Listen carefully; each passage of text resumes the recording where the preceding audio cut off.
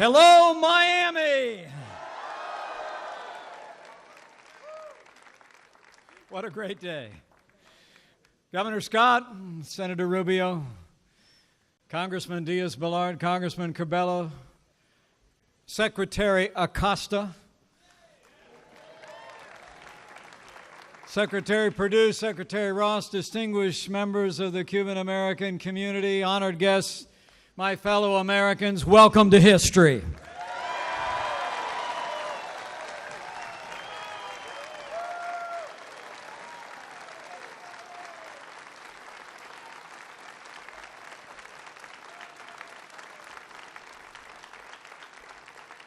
Welcome to a historic day, a day when America will renew our commitment to the ideal of freedom in this hemisphere, a day when the world will witness America once again standing in solidarity with the people of Cuba thanks to the strong and unwavering leadership of President Donald Trump.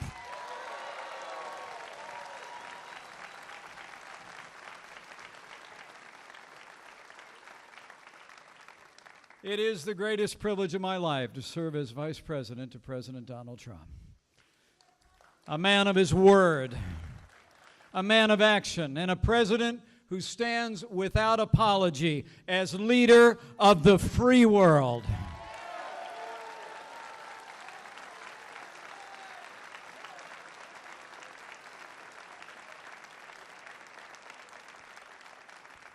Since the hour of our nation's birth, the United States has stood for the proposition that all are created equal, that we're endowed by our Creator with certain inalienable rights, life, liberty, and the pursuit of happiness.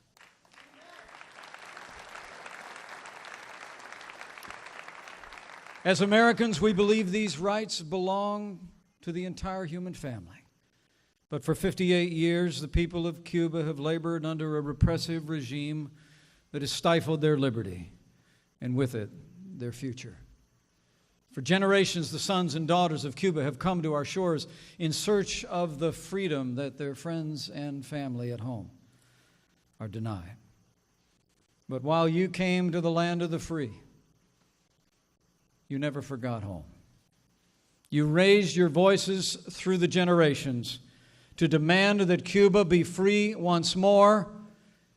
And once again, you have a president who hears you and is with you.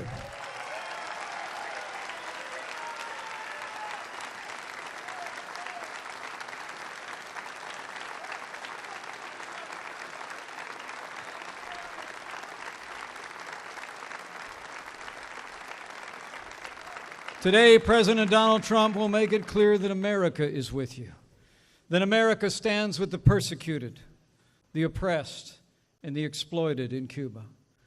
That this nation stands not with tyrants, but today, President Donald Trump will make it clear that the United States of America stands with the courageous men and women of Cuba who seek to reclaim their God-given rights to life and liberty.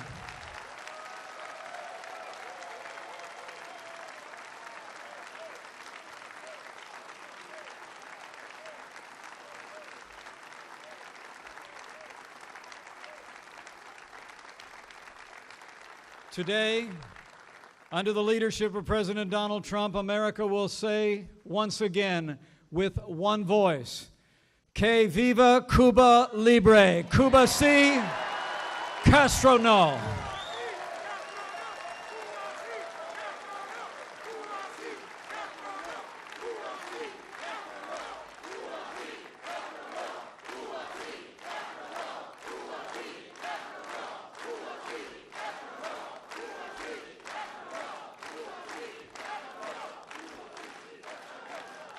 So with gratitude for his leadership and with admiration for his unwavering dedication to freedom, it is now my high honor and distinct privilege to introduce to you my friend, the President of the United States of America, President Donald Trump.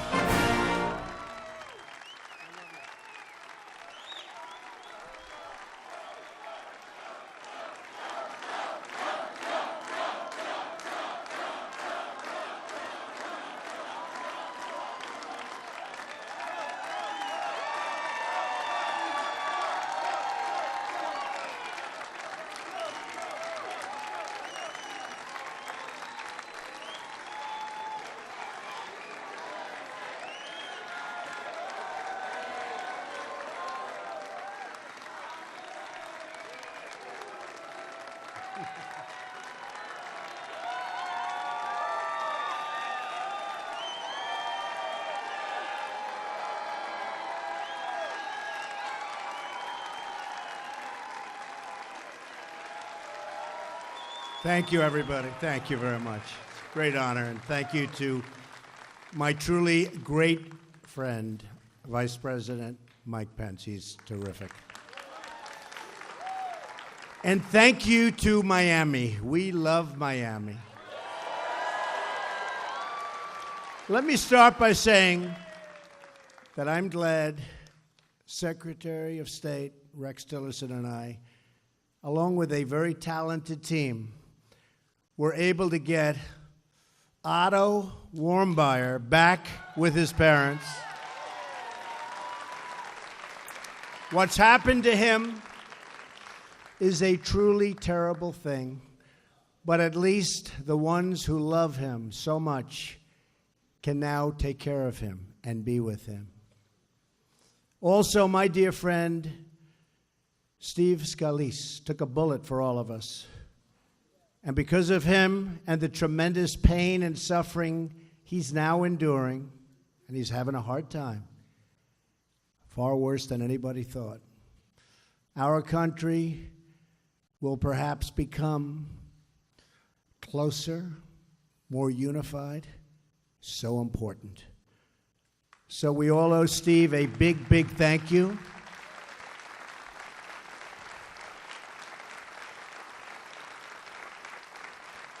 And let's keep the Warmbier family and the Scalise family and all of the victims of the congressional shooting in our hearts and prayers. And it was quite a day, and our police officers were incredible, weren't they? They did a great job. Good job. And let us all pray for a future of peace, unity, and safety for all of our people. Thank you. And for Cuba. I am so thrilled to be back here with all of my friends in Little Havana. I love it. I love this city. And one of the big thank you. Thank you. Now, this is an amazing community. The Cuban-American community. There's so much love. I saw that immediately. Thank you, darling. Oh, do I love you too. What you've built here, a vibrant culture, a thriving neighborhood, the spirit of adventure, is a testament to what a free Cuba could be. And with God's help, a free Cuba is what we will soon achieve.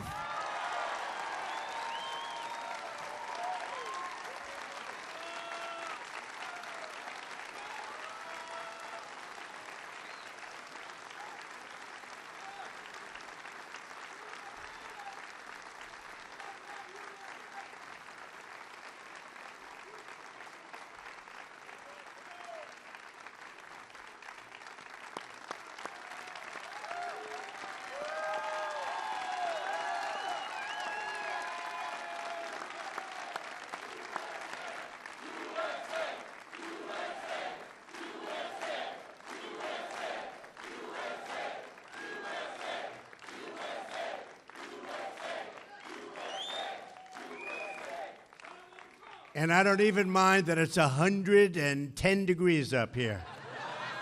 This room is packed. You know, it wasn't designed for this. I'd like to thank the fire department. We are delighted to be joined by so many friends and leaders of our great community. I want to express our deep gratitude to a man that's really become a friend of mine. And I want to tell you, he is one tough competitor, Senator Marco Rubio. Great guy. He is tough, man.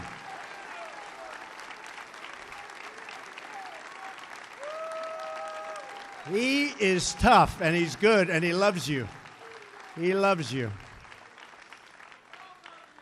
And I listened to another friend of mine, Congressman Mario Diaz-Balart, and I'll tell you, I loved what he said, and I appreciated, Mario, I appreciated what you said so much.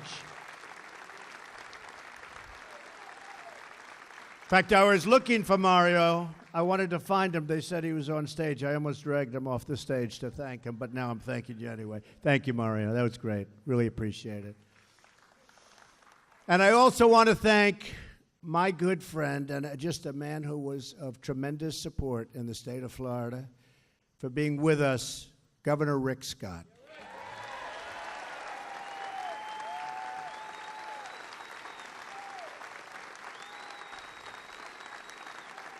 Great job. He's doing a great job. Oh, I hope he runs for the Senate. I know I'm not supposed to say that. I hope he runs for the Senate. Rick, are you running? Huh? I don't know. Marco, let's go. Come on, we got to get him to... I hope he runs for the Senate. We're deeply honored to be joined by amazing veterans of the Bay of Pigs. These are great people, amazing people.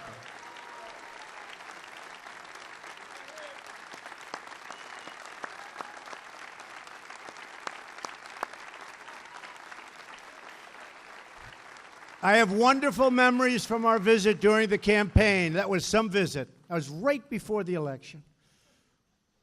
I guess it worked, right?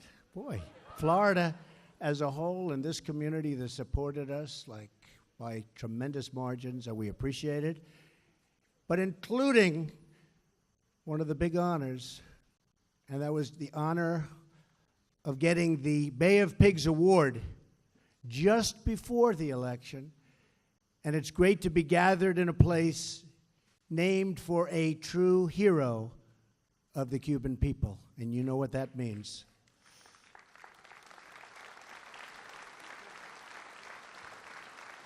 I was also looking forward to welcoming today two people who are not present. Jose Daniel Ferrer and Berta Soler were both prevented from leaving Cuba for this event. So we acknowledge them. They're great friends, great help. And although they could not be with us, we are with them 100%, okay? We are with them, right? Finally, I want to recognize everyone in the audience who has their own painful but important story to tell about the true and brutal nature of the Castro regime. Brutal. We thank the dissidents, the exiles, and the children of Operation Peter Pan. You know what that means. And all who gather in the cafes, churches, and the streets of this incredible area and city to speak the truth and to stand for justice. And we want to thank you all for being a voice for the voiceless. There are people.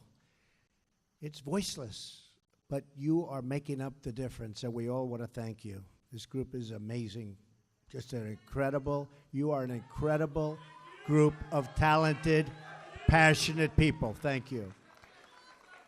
Incredible group of people. Many of you witnessed terrible crimes committed in service of a depraved ideology. You saw the dreams of generations held by captive. And just literally, you look at what happened and what communism has done. You knew faces that disappeared, innocents locked in prisons, and believers persecuted for preaching the Word of God. You watched the women in white, bruised, bloodied, and captured on their way from Mass. You have heard the chilling cries of loved ones or the cracks of firing squads piercing through the ocean breeze. Not a good sound. Among the courageous Cuban dissidents with us on stage here today are Carrie Roque, who was imprisoned by the Castro regime 15 years ago.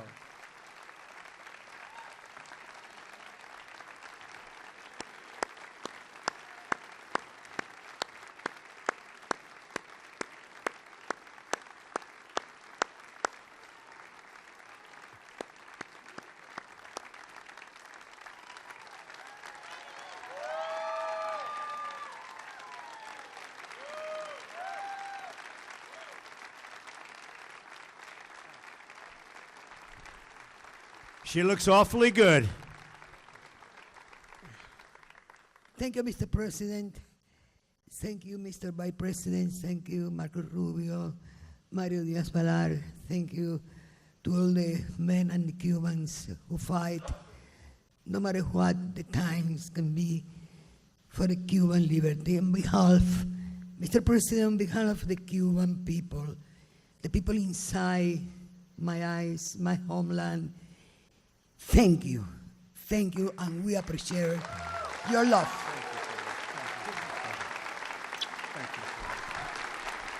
Wow.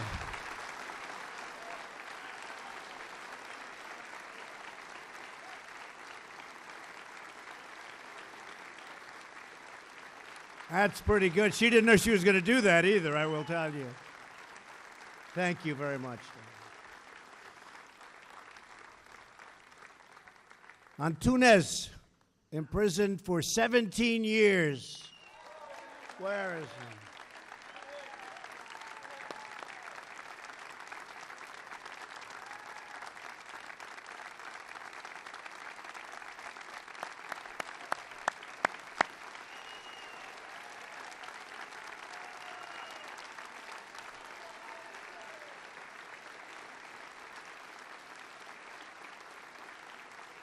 I love that name. Antunes, I love that name. And Angel Difana, imprisoned for over 20 years.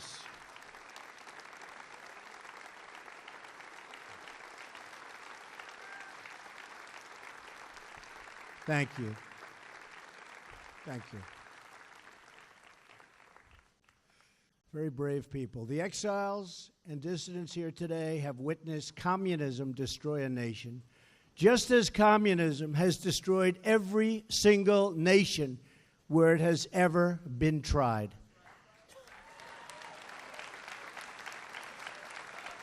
But we will not be silent in the face of communist oppression any longer.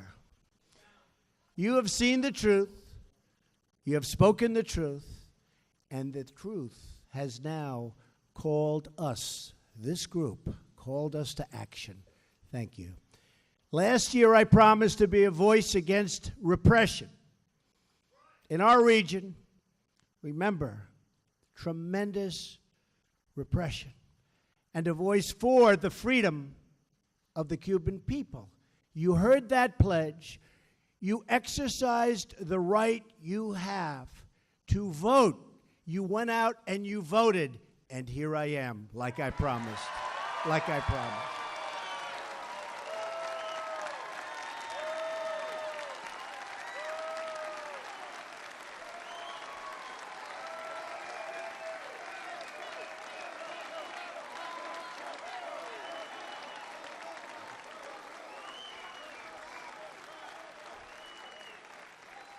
I promise you, I keep my promises.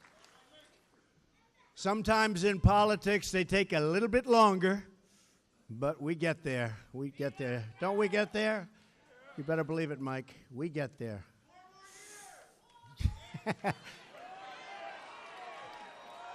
Thank you. Thank you. No, we keep our promise. And now that I am your president, America will expose the crimes of the Castro regime and stand with the Cuban people in their struggle for freedom. Because we know it is best for America to have freedom in our hemisphere, whether in Cuba or Venezuela, and to have a future where the people of each country can live out their own dreams.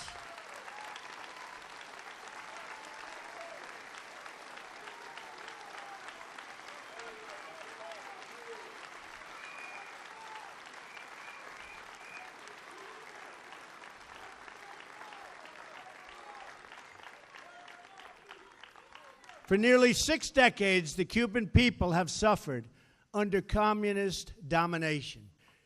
To this day, Cuba is ruled by the same people who killed tens of thousands of their own citizens, who sought to spread their repressive and failed ideology throughout our hemisphere, and who once tried to host enemy nuclear weapons 90 miles from our shores. The Castro regime has shipped arms to North Korea and fueled chaos in Venezuela. While imprisoning innocents, it has harbored cop killers, hijackers, and terrorists. It has supported human trafficking, forced labor, and exploitation all around the globe. This is the simple truth of the Castro regime. My administration will not hide from it, excuse it, or glamorize it. And we will never, ever be blind to it. We know what's going on, and we remember what happened.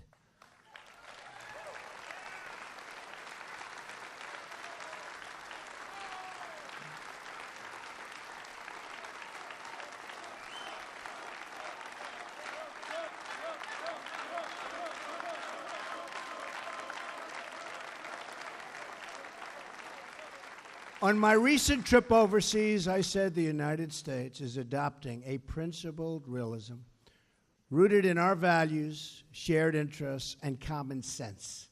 I also said countries should take greater responsibility for creating stability in their own regions. It's hard to think of a policy that makes less sense than the prior administration's terrible and misguided deal with the Castro regime.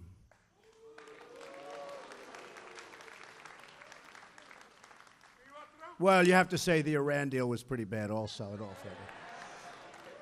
Let's not forget that beauty. They made a deal with a government that spreads violence and instability in the region, and nothing they got. Think of it, nothing they got. They fought for everything, and we just didn't fight hard enough. But now, those days are over. Now we hold the cards.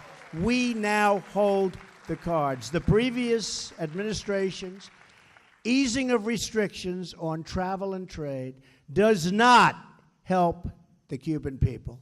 They only enrich the Cuban regime.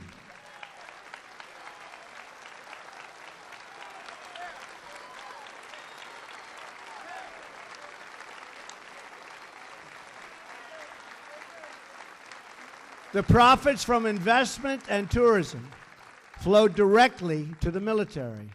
The regime takes the money and owns the industry.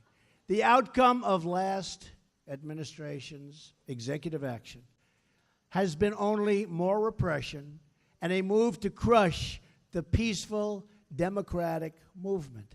Therefore, effective immediately, I am canceling the last administration's completely one-sided deal with Cuba.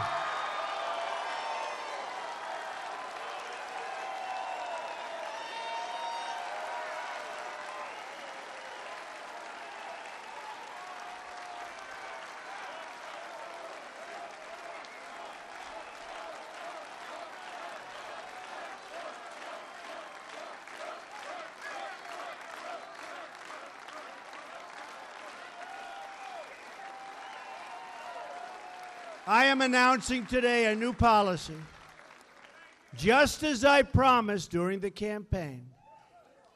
And I will be signing that contract right at that table in just a moment.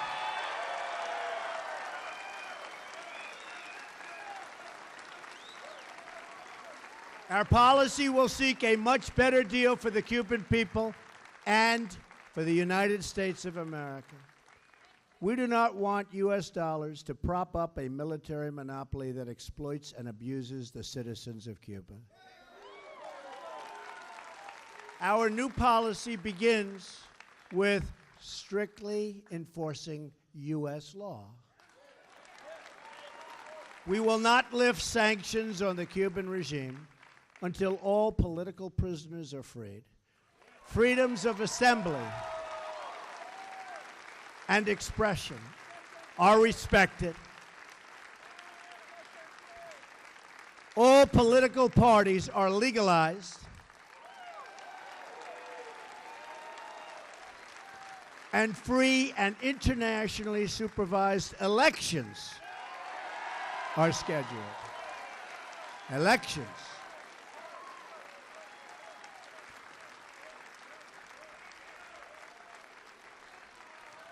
We will very strongly restrict American dollars flowing to the military, security, and intelligence services that are the core of the Castro regime. They will be restricted. We will enforce the ban on tourism. We will enforce the embargo. We will take concrete steps to ensure that investments flow directly to the people so they can open private businesses and begin to build their country's great, great future, a country of great potential.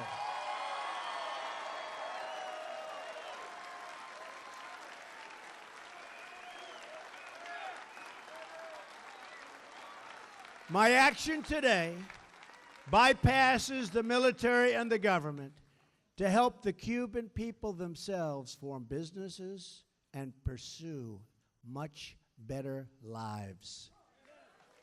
We will keep in place the safeguards to prevent Cubans from risking their lives to unlawful travel to the United States.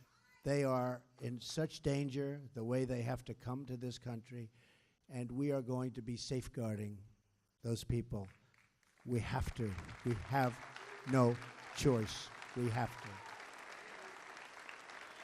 And we will work for the day when a new generation of leaders brings this long reign of suffering to an end.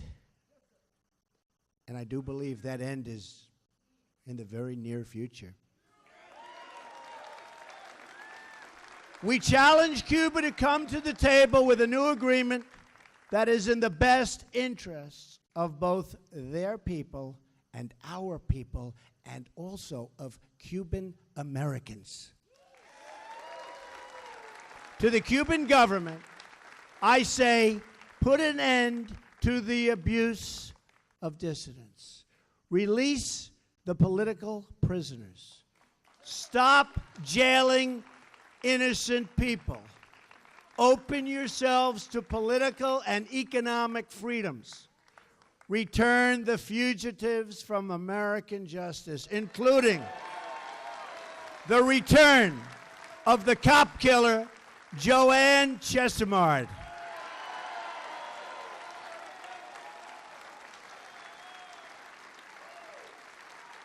And finally, hand over the Cuban military criminals who shot down and killed 4 brave members of Brothers to the Rescue, who were in unarmed, small, slow civilian planes.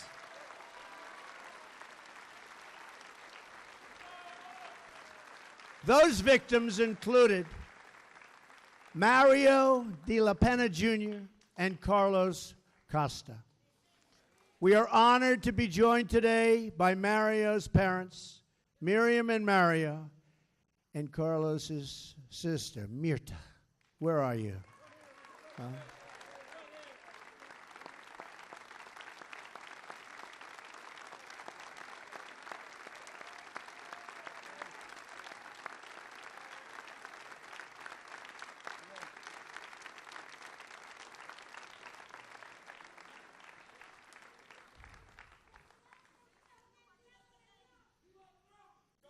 Those are great, great parents who love their children so much. What they've done is just an incredible, incredible thing. What they represent, they did not die in vain. what they represent to everybody, and especially to the Cuban people. So your children did not die in vain, believe me.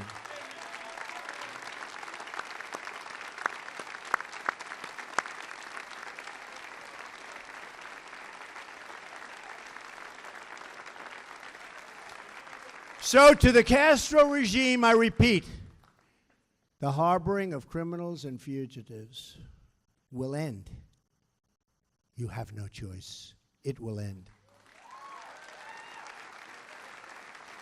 Any changes to the relationship between the United States and Cuba will depend on real progress toward these and the other goals, many of which I've described. When Cuba is ready to take concrete steps to these ends, we will be ready, willing, and able to come to the table to negotiate that much better deal for Cubans, for Americans, much better deal.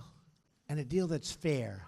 A deal that's fair. And a deal that makes sense. Our embassy remains open in the hope that our countries can forge a much stronger and better path. America believes that free, independent, and sovereign nations are the best vehicle for human happiness, for health, for education, for safety, for everything. We all accept that all nations have the right to chart their own paths, and I'm certainly a very big believer in that. So we will respect Cuban sovereignty, but we will never turn our backs on the Cuban people. That will not happen. Over the years, a special sympathy has grown between this land of the free and the beautiful people of that island so close to our shores and so deeply woven into the history of our region. America has rejected the Cuban people's oppressors. They are rejected. Officially today, they are rejected. And to those people, America has become a source of strength and our flag a symbol of hope.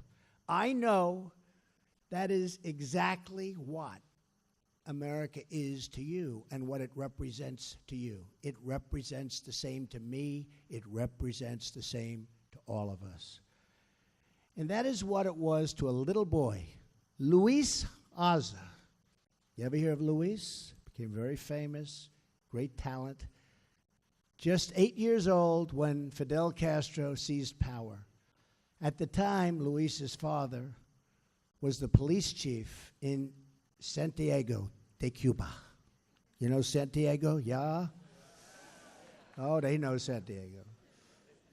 Just days after Fidel took control, his father was one of 71 Cubans executed by firing squad near San Juan Hill at the hands of the Castro regime. Luis buried his grief in his great love of music. He began playing the violin so brilliantly and so beautifully. Soon the regime saw his incredible gift and wanted to use him for propaganda purposes. When he was 12, they organized a national television special and demanded he play a solo for Raul Castro, who, by the way, is leaving now. I wonder why. They sent an official to fetch Luis from his home, but Luis refused to go. And a few days later, Castro's soldiers barged into his orchestra practice area, guns blazing. They told him to play for them. Terrified, Luis began to play, and the entire room was stunned by what they heard. Ringing out from the trembling boy's violin was a tune they all recognized. This young Cuban boy was playing the Star-Spangled Banner.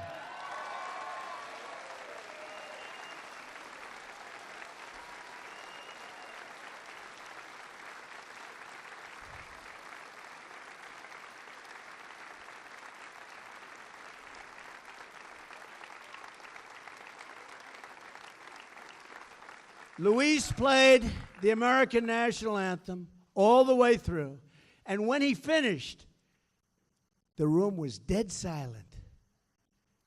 When we say that America stands as a symbol to the world, a symbol of freedom, and a symbol of hope, that is what Luis meant, and that is what Luis displayed that day. It was a big day. It was a great day. And that is what we will all remain. That was a very important moment, just like this is now for Cuba, a very important moment. America will always stand for liberty, and America will always pray and cheer for the freedom of the Cuban people.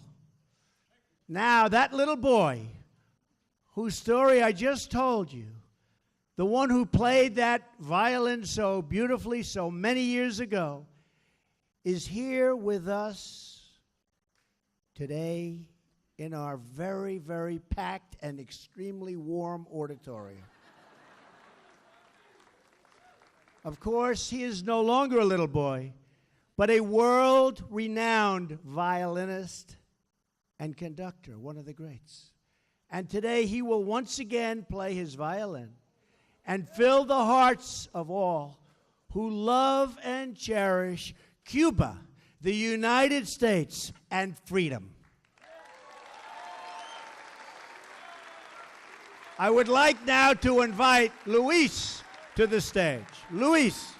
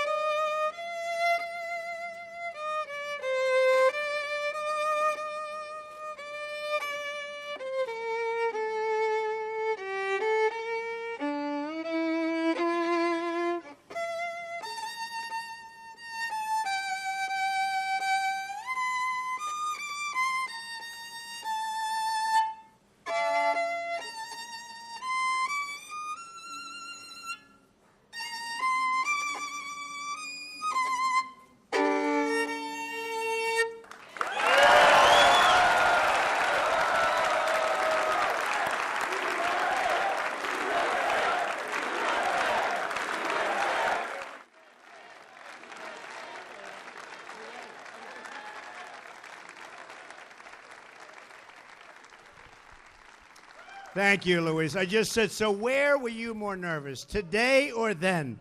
He said, honestly, I think today. That's pretty.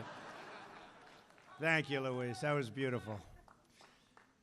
So I want to thank Miami. I want to thank Little Havana. Ah, Havana we love. Do we love it? Would you move anywhere else? You wouldn't move to Palm Beach, would you? No. No way. Little Havana.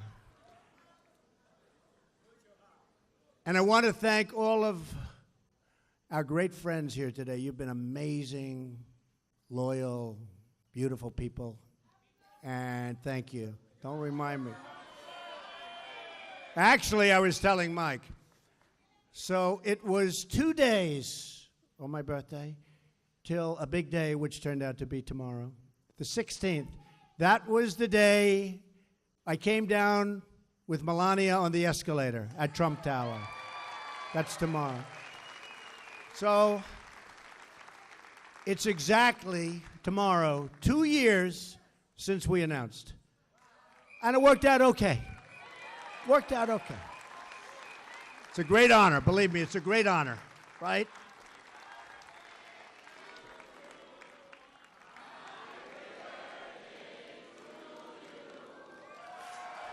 Thank you.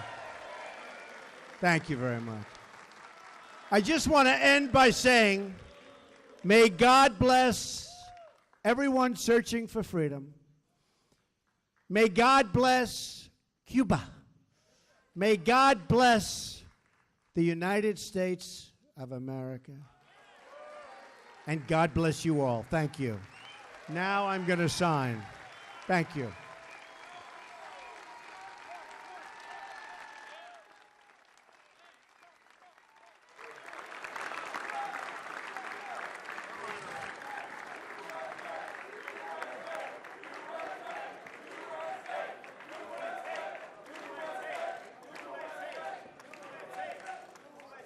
So this says, strengthening the policy of the United States toward Cuba. And I can add, strengthening a lot. So this is very important, and you watch what's going to happen. It's going to be a great day for Cuba. Thank you. Thank you very much.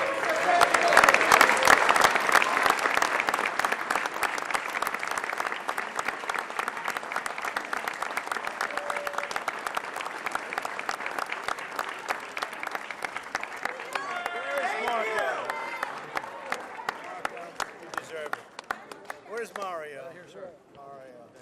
Who's our third one? Right here behind you, Mr. President. Oh, absolutely.